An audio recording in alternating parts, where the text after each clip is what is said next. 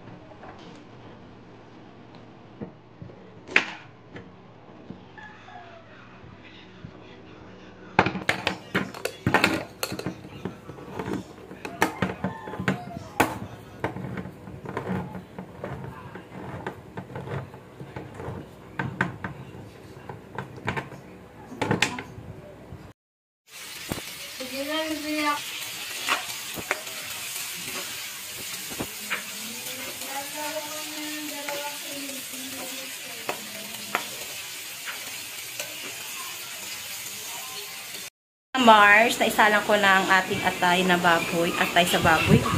Atay ng baboy. So, yan. Ngayon mga mare ay sobrang hangin at makulimlim. So, kailangan natin magluto dahil magsusundo tayo kay Ken. Ito na yung atay. So, isasala naman natin ang sibuyas at bawang.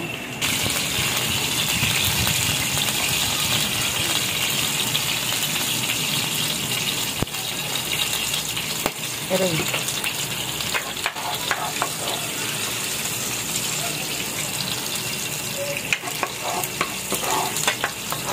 yan, sinalang na natin ang bawang. Isunod naman natin ang sibuyas. Yan.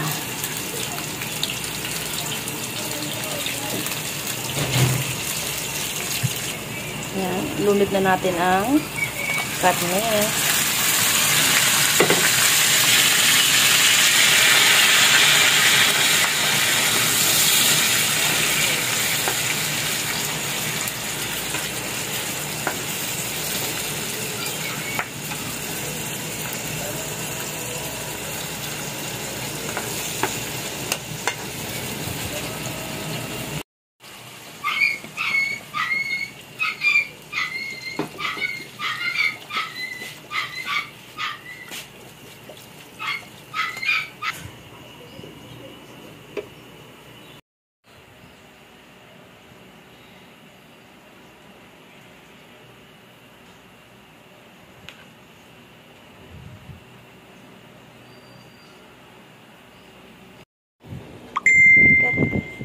KitKat.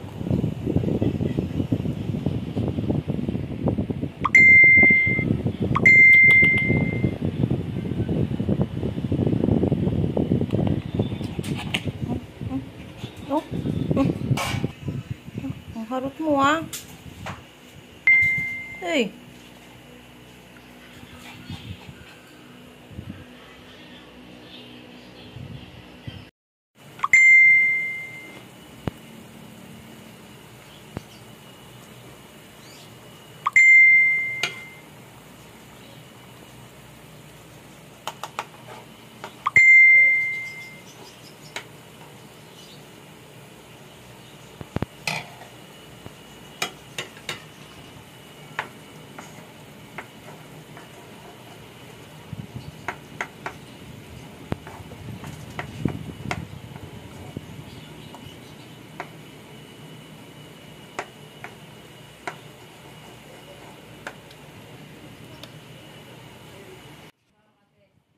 Higit lang. Higit lang, te. Te, nagbibidyo ko, te.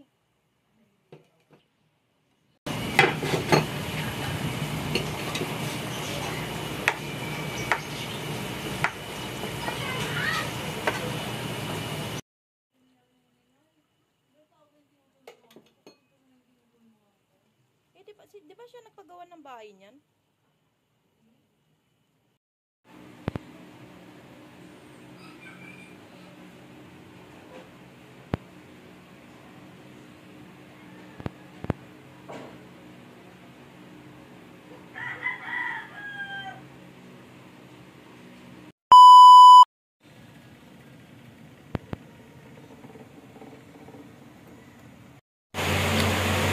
Good morning mga mare.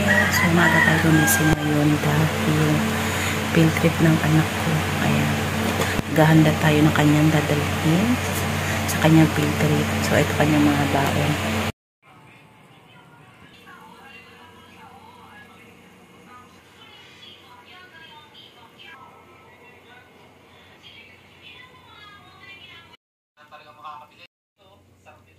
Meron sa kanila na. Mga mare, hindi ko na-videohan yung pag-alis ni Apple, yung anak kong panganay. Hinatid siya ng aking asawa papunta sa kanyang school dahil doon sila maghihintayan ng mga estudyante. Doon maghihintay yung bus na sasakyan nila. So, ayan, pupunta sila sa Kamay ni Jesus, tapos meron silang swimming, magti-team building sila. So, ayan, sana. Dito na lang ang aking video, mga Margie. Sana inaway hindi kayo magsawa sa aking video and subscribe my YouTube channel. So, hanggang dito na lang. Bye-bye. Ingat po sa atin lahat. So, ngayon naman ang asikasuhin ko si Ken dahil ang pasok nila ay 6. So, gigisingin ko na siya mga mare.